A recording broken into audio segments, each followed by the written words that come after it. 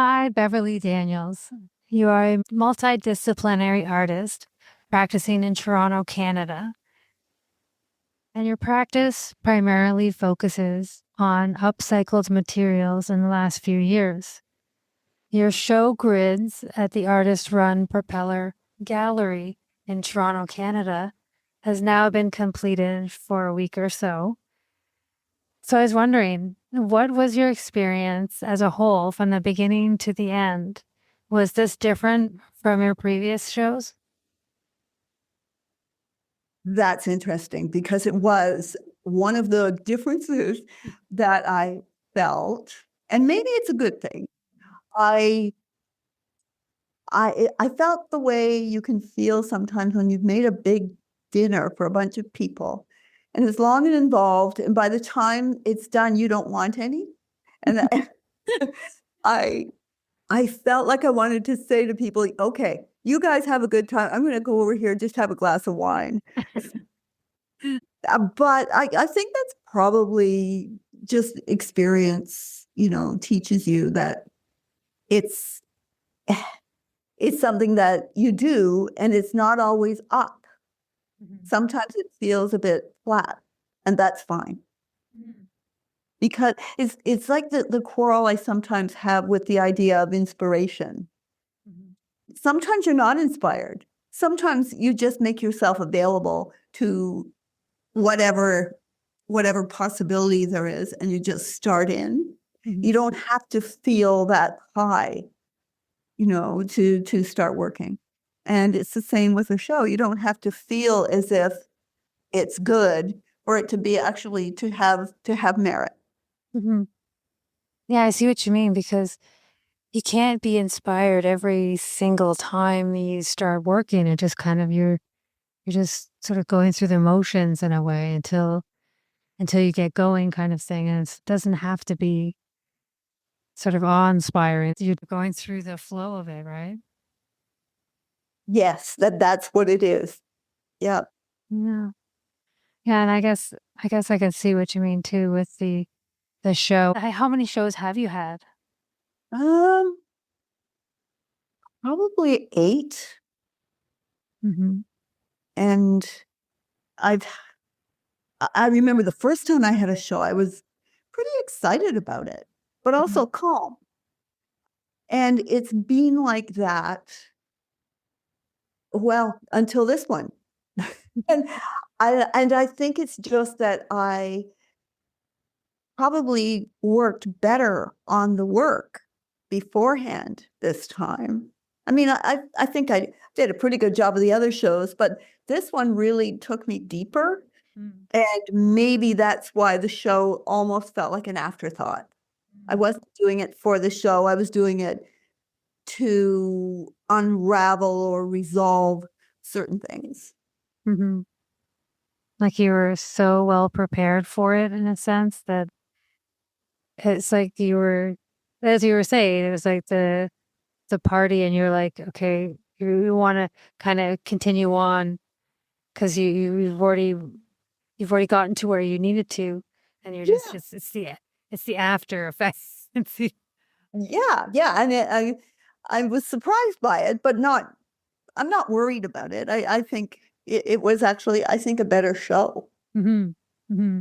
Yeah, it makes more sense to be really, really prepared. Well, just the fact that you really finished all the pieces just exactly how you wanted them to be, and that kind of just makes sense as to where you felt you were when you were exhibiting those pieces, because it's like they were so familiar to you, and I guess in a way you could kind of sense that, or maybe not, but I'm just thinking that these pieces for everybody else were kind of just as familiar to them, just because you've been around them for so long, and you've been just creating them and working on them, and it just, I don't know, just it seems like they've reached a certain point for you because you were so engaged with them. Yeah, it's like Yeah, they were just brought to that point, and you're just like wanting to continue and move on from them almost.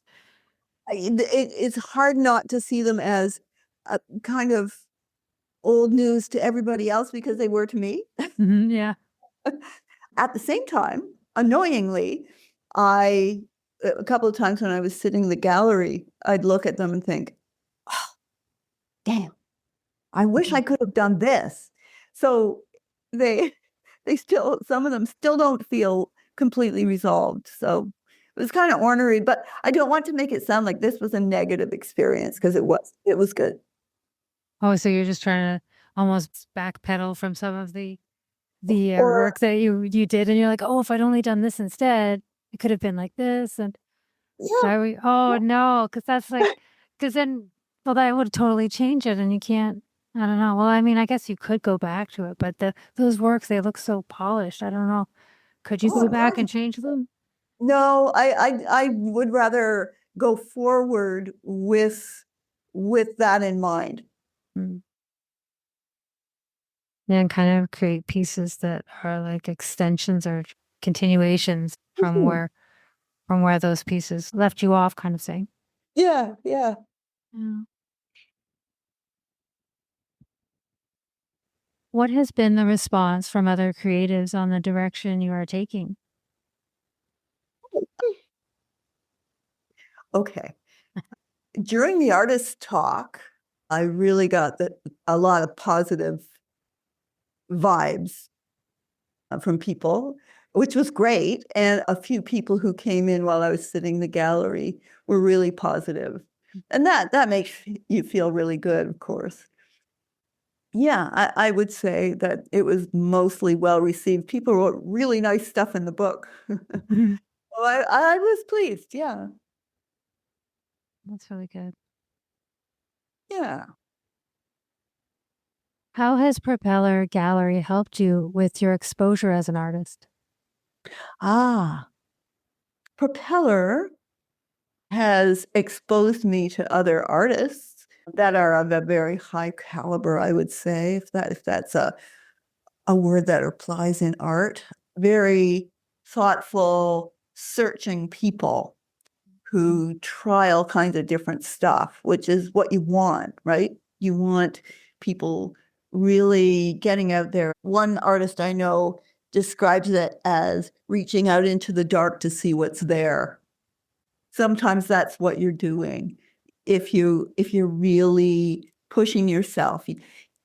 I guess possible pitfall is to find out what people like and keep making that stuff. And that's kind of misses the point of the whole exercise.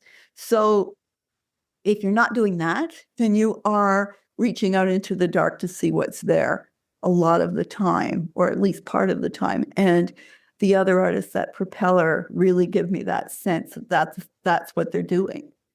So that's very good.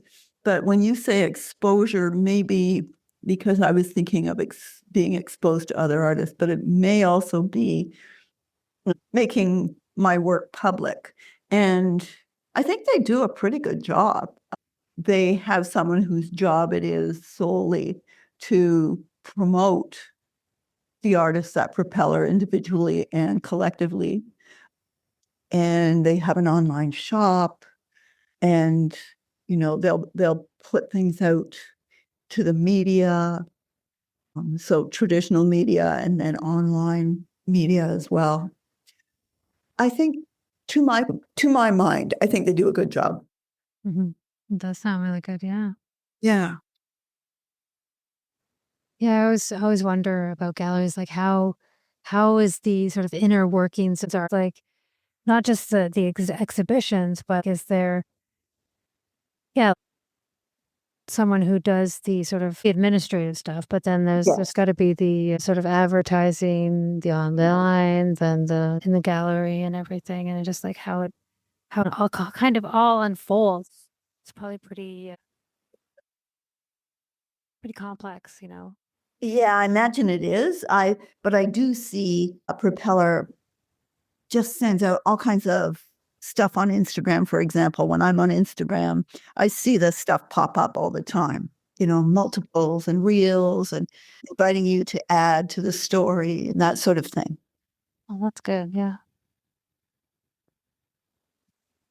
Did you have any sort of objective with this exhibition? What have you wanted to achieve with this show? I just wanted to keep putting this stuff out there, not because, I mean, I love it if somebody buys it, of course, but I love it if it's not in my studio anymore. And I can't stop myself from making art. If I don't make art, I start to feel a little bit unanchored. So I have to keep doing it. And this is the kind of art I want to make. And what shows do is make possible the shedding of pieces so that I don't have to store them all the time.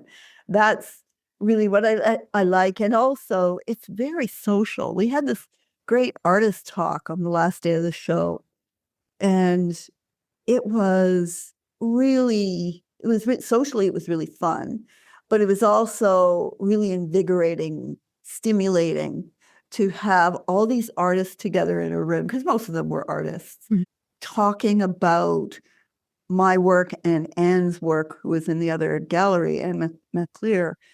And it was just very, very lively and exciting. That's another thing you get from this kind of situation. Mm-hmm. Well, do you find that you sort of are influenced by all the artists that you're sort of engaging with at the gallery at all?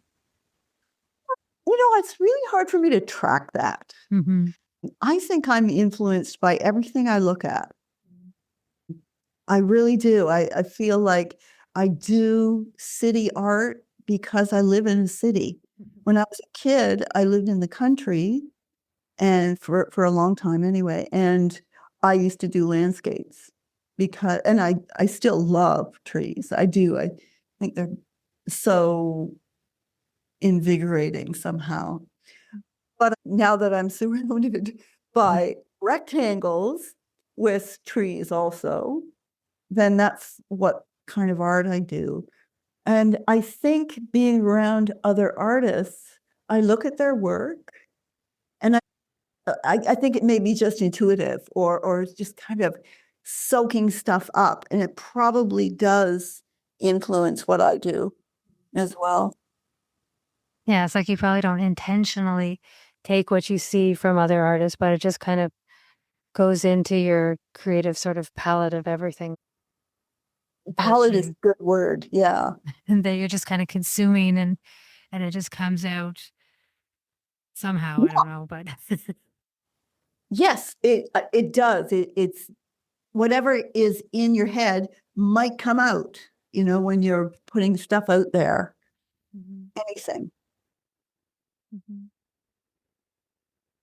Where do you see yourself creatively in 10 years? Hmm. Where do I see myself creatively in 10 years? I have a whole lot of plans that are different from the kind of work that I do now, and I want to get to them. I want to expand to assemblage rather than merely collage. I have a lot of 3D, very promising 3D kind of salvaged material that I want to get to. So I can see myself doing that. I also, and that will take a while, but also I want to work with plastic bags. They're more beautiful than we think. And I want to, I know they're horrible, but great too. Yeah, when you reuse them and you make them into something else that it Yeah. just gives it another life. Yeah, I use them the way I collage, only the ink on the bag is sticky, and if you add heat, it sticks like glue does. And so you can make collage with the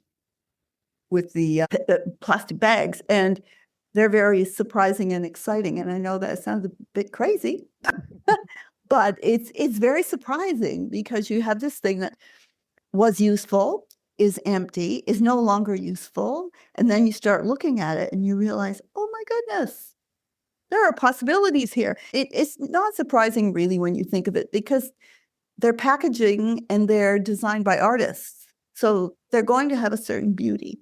Mm-hmm. Exactly. So that's another thing I want to do in the next 10 years. I hope by 10 years from now, I have scaled not back, but down, made my things smaller so that if I have to store them, they don't take over my studio. I would like maybe to do some collaborative things.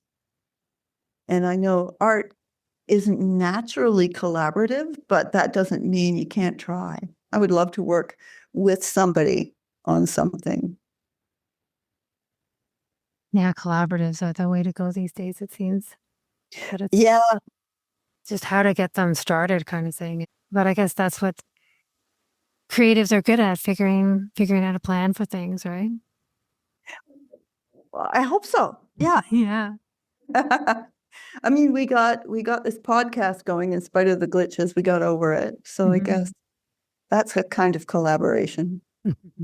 Well, it's moving forward artistically. Do you see yourself creatively going in another direction or including other mediums? Do you see yourself using upcycled materials as sculptures or installations? Absolutely. Absolutely. I find that really exciting as a prospect because, well, probably just because there are so many really great little pieces of stuff that have 3D volume that I could very much use, because it seems to me that I'm always driven by the medium rather than by a plan. I imagine that using little pieces of packaging, little doodads that come with an appliance and you never use them, but you didn't throw out, those kinds of things, that's bound to give me new challenges because it's another dimension, and I'll have things that I'll have to solve, very boring questions of how well a certain glue adheres and things like that, but also aesthetically, how pieces go together and they shed shadows, and that's another consideration, if you see what I mean. Mm-hmm. Mm-hmm. Well, yeah, because even with your exhibition at Propeller, the grids, the pieces, they resembled paintings, but they were still sort of 3D, almost sculptures. They were just on the wall, right? Because they were the plastic fusings of sort of the upcycled materials that you use. So in a way, it's like you're going from that Yeah. to just sort of almost like sculptures, I continuing with it. I think it's relief sculpture, you know. Yeah. It's sculptural, it's 3D, but it's affixed to a flat surface. So in a way, it's a bit like a painting. But it's true, like those woven plastic pieces, especially the really big one, it came out pretty far. Mhm. It was pretty sculptural by the time that I got it framed. It had quite a deep shadow box just to accommodate all that extra depth. And I would like to do more of that. I think I'm going in that direction. Yeah, like you see the work that you've done this year and previously, and how it's been sort of more on the wall, but raised, as you said. But now Mhm. you'll be going sort of in a 3D sense, focusing on that instead of trying to flatten them and mount them, kind of thing. Exactly. Yes.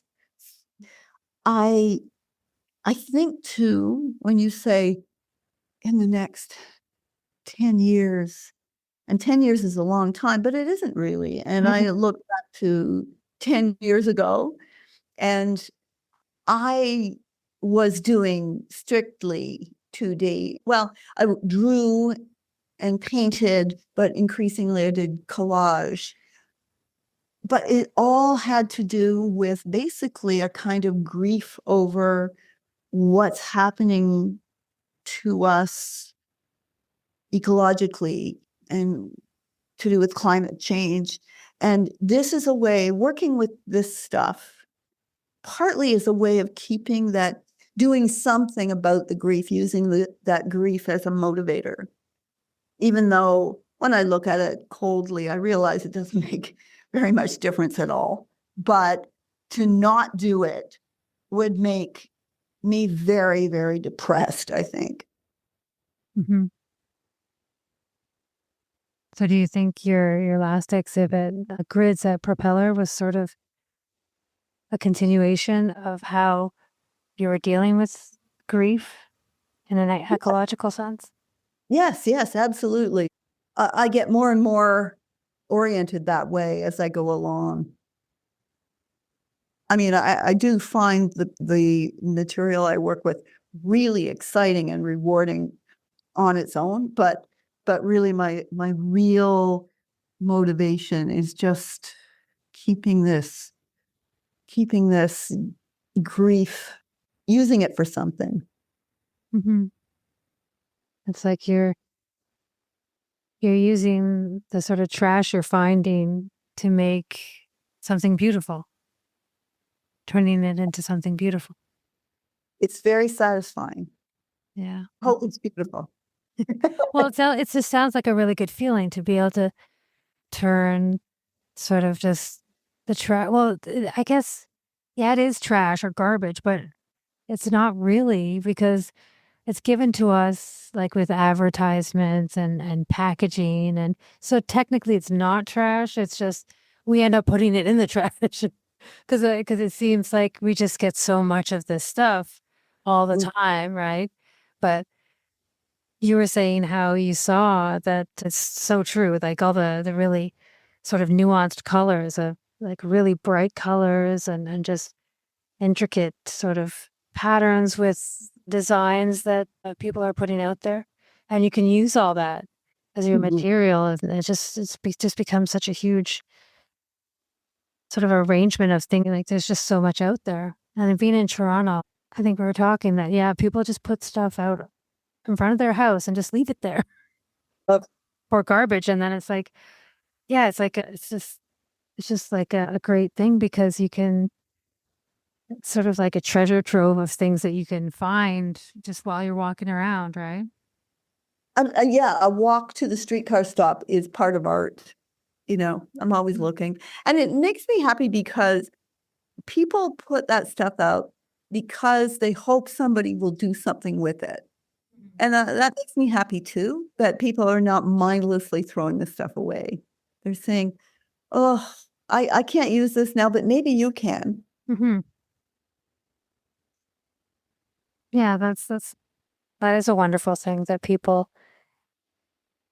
in Toronto can just see the potential and just put it out there. Hmm. Yeah. Hmm. Yeah, it's good. Where do you see yourself creatively in 10 years? Well, I I have I have a project, and this is going to take me a long time. My father wrote a very funny long poem called The Travelers. And I would like to make it into a book. And I am finding that so difficult, but I'm determined to do it. So that's going to be part of the plan for the next 10 years too. I've got I've got many ideas. The problem isn't that I don't have ideas of how to do it. It's finding the best one. And then probably the best one will involve something I've never done before, which means that it'll be more difficult. But that's okay. That'll be part of my 10 years, I guess. Mm-hmm. I don't really say, well, in 10 years, I want to say that I've done X, Y, or Z. I just, I just want to keep doing this and doing whatever I'm prompted to do. Mm-hmm. Just be open to the universe to just accept whatever is going to Yeah, sort of come your kind way. of. Yeah. Mhm. Yeah, just be attentive, and if I get an idea, explore it. It may be crazy, it may not be, but pay attention and act on it. I want to just keep doing that. Mhm. You spoke of teaching French in our last interview. You spoke of teaching French and how it advanced your creativity. How have you been able to revisit that or replicate that in your practice? Mm. Well, I think teaching French and being strict about never speaking English to my students, which is very difficult for them, very difficult for me. It just gave my lateral thinking a big shakeup, and I started to get ideas of how to get an idea across without using English. And I found that there were so many of them, and it was so exciting that this was like preparing the ground. I was doing art all along anyway, but my art got better because of doing that. I threw away the rule book, at least, or I came to use the rule book only if it served me, and tried to find other ways. And that has I guess I could say that that has made me think about my art practice differently as well. I keep getting more and more and more ideas, and it's like a cracking open. When I cracked open my thinking about teaching, all these ideas and possibilities kept flowing out. And it's the same thing with art. Once I cracked open the surface, it cracked open that thing and got past doing very careful representations of what I saw, which is not a bad thing and really a good skeletal basis for whatever else you plan to do. Still, I became much less hidebound and started to really see that anything could be art materials, and whichever way the material wanted itself or allowed itself to be used, that was the method.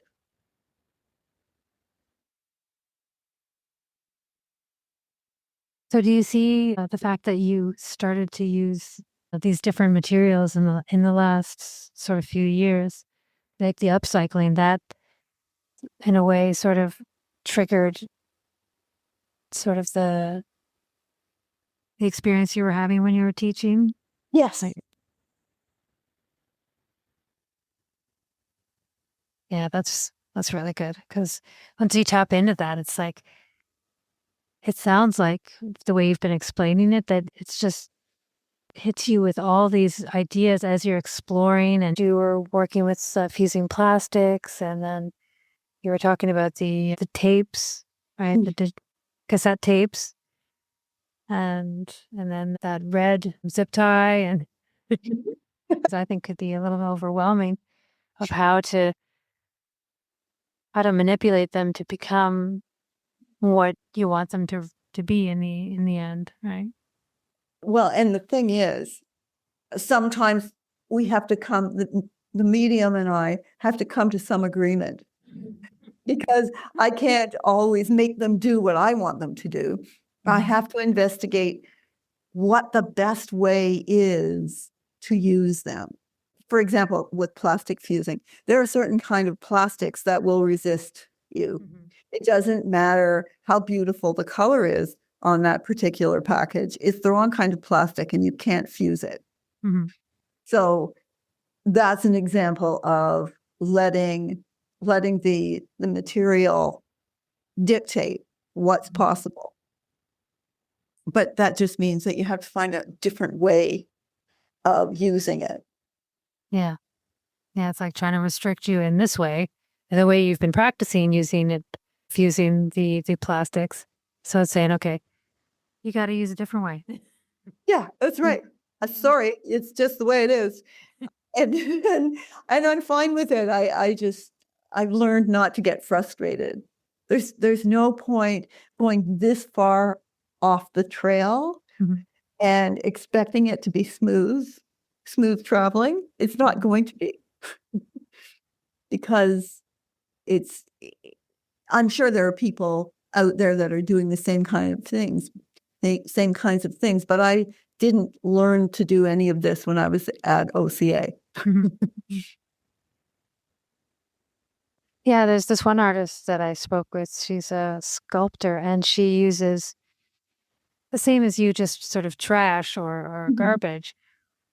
But what she does, I don't know how she does it. Like, we didn't actually talk about how she does it, but she just takes these materials and I guess she does melt them, because all of her sculptures, and it's like, it's all black. And she takes everything. I don't even know. Her name's Emily Zhao. Okay. I could send you her interview and you could see. But Yes. yeah, she's got some really incredible sculptures of just random things, like she's got like she said, I think she even find like underwear, and I can't remember all the things she would say that she would use. Like, she would just kind of, oh yeah, like I think orange peels, and like she would use everything. And I guess she just somehow she melts it all together, and then yeah, you should see some of her sculptures. It's just like wow. And she went to OCAD too. Okay. Yeah, and perhaps I shouldn't say that OCAD doesn't teach anything off the road, but I didn't learn these things when I was there. That's all. But I'm sure people do. Oh People yeah, have. I don't even know if she learned it from OCA either. But yeah, the OCA can, or OCAD can teach a bunch of stuff. I don't even know what they're teaching now. But yeah, I think once you get out of school, you just start to learn to explore all kinds of different mediums to figure out what suits you best, if you didn't discover it when you were in school, kind of thing. Yes, yes. Yeah, it's like a lot of professional education. You get the basics, you get the credential, and then you get out in the world, you do it the way you see fit, or the way that works best in your context. Do you see, with using upcycled materials, any correlation with procrastination, escapism, or overstimulation? Oh, I rarely procrastinate, I have to say. Overstimulation, definitely, definitely. I can have 5 or 6 different avenues that I'm exploring at the same time, and it can be a little overwhelming sometimes. So overstimulation, definitely, but not procrastination. It's funny. I'm not afraid of it ever. And when I was a student, like I studied French literature, and I was afraid to start my papers, and so I'd procrastinate. So I'm familiar with procrastination, but it hasn't happened to me in this practice. That's really good. Yeah, I feel really lucky, because it's a kind of torture, procrastinating. Yeah, it definitely is. Yeah. How about escapism? Maybe I definitely escape into doing art. I go to the studio and I just escape into what I'm doing. Is that what you mean by escapism? Yeah. Yeah, definitely then. Yeah, I just go right to it. It's funny because my studio is near the AGO, and I thought when I first got the studio that I'd be going into the gallery, the Art Gallery of Ontario, all the time. But when I arrive at Dundas and McCall, I'm thinking about getting to the studio and getting working. Yeah, you want to do your own work, not look at other people. And yet I certainly would love to take the time to do that, to see other people's work. I mean, there's a wonderful show on right now, the Joyce Whelan show, and I haven't been there. It's crazy. I've got to make time. I know, right? Finding the time. Yeah, sure. I know. It's a sign of a life well lived, not to have very much time left. Yes. How has being a student at OCA influenced your creative practice? Is it different now than when you first studied there? Or do you remember and incorporate elements today? I do. I incorporate things I learned from most of my courses. I had some pretty good instructors there. The first course I took, because when you were doing it part-time, and I did it at night, you were allowed to take any course you wanted. So I started with a fifth-year course because it looked really interesting. And I learned so much from that course. Oh my goodness. It was so much work. My head would burst, but it was excellent. It was a great way to start. Yeah, I think now when you say, do I still use what I learned there? Yes, I do. But not always in ways that I can put my finger on. The way you can say, well, my mom taught me when I'm baking how to grease the pan so the cake doesn't stick. It isn't as, precise as that. Step But by step, right? yeah, Yeah. yeah. But maybe just the idea that these are how people have been doing art, but if you want to go off road and try something different, do it. So yeah, I think that's something I did kind of, with a couple of courses, get that kind of permission. Yeah, because going to school for art, because aren't they sort of like the instructors? They kind of, some of them, don't they just kind of teach you to be like them? And then it's like, wait a minute, why am I taking this class? Because Yeah. you want them to be teaching you how to be yourself as an artist, right? And the ones I remember were the ones who did that. Mm-hmm. Yeah. I didn't actually run into a lot of that, I have to say. Mind you, I mean, I didn't actually finish at OCA. Because I was doing it part-time, and I think they were moving away from letting people finish part-time, and they were discouraging me from continuing. In fact, they wouldn't let me continue because in the third year, you had to take this 6-hour course, like every week. It was 6 hours, and I couldn't get downtown from my job early enough to go. So I had to abandon it. So maybe it would have been more prescriptive as I went along, but I suspect not. I think courses of study tend to be more prescriptive when you start out, Mm-hmm. and then get more and more widened out in their approach, broadened out as you go along. I did take a course where one of the articles we read was why art cannot be taught. And I thought that was really good Mm-hmm. as a counterpoint to the idea of being in a class taught by an artist, that she was the one who gave us that article to read. She had an exhibit at the AGO in the last couple of years. Surinder, oh, I forget her last name. Anyway, it'll come to me. She was great. I learned tons from her. It was a hard course, but I learned tons. Yeah, there are some really good teachers out there, aren't there? Yeah. Mm-hmm. Yeah. Yeah. And those are the ones that it's good to remember what they teach you.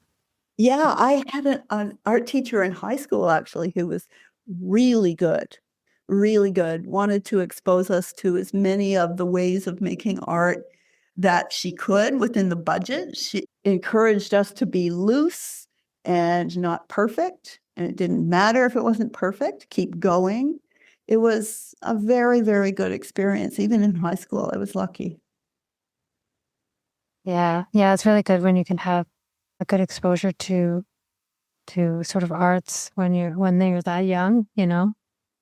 Because I think I had a similar experience too with my high school art teacher. It's like she really exposed us to a lot of art as well. Very, yeah. It's nice to be sort of just exposed to sort of what there is to be creative about, you know, and there's so much out there as you're discovering with your upcycling. Yeah. With the salvage stuff. Yes. Yeah. Yeah. There's just no end to it. Yeah.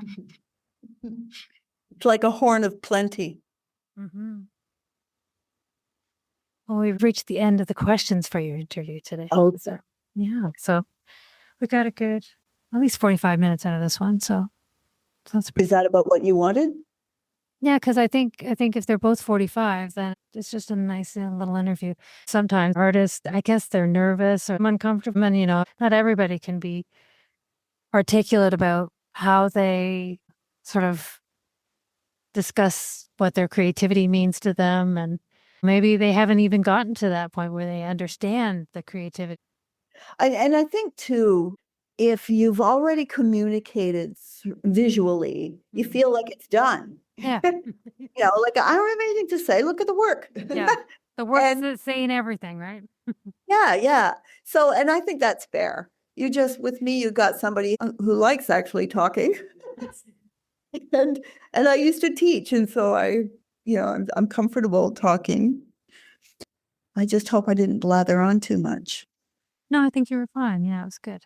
I'm trying to be better at not interrupting. It's still hard for me, but Well, the thing is, it's really hard to do that because it's a conversation, and I'm interested in what's going on. yeah, same here. Well, it's real. It's reality. Yeah.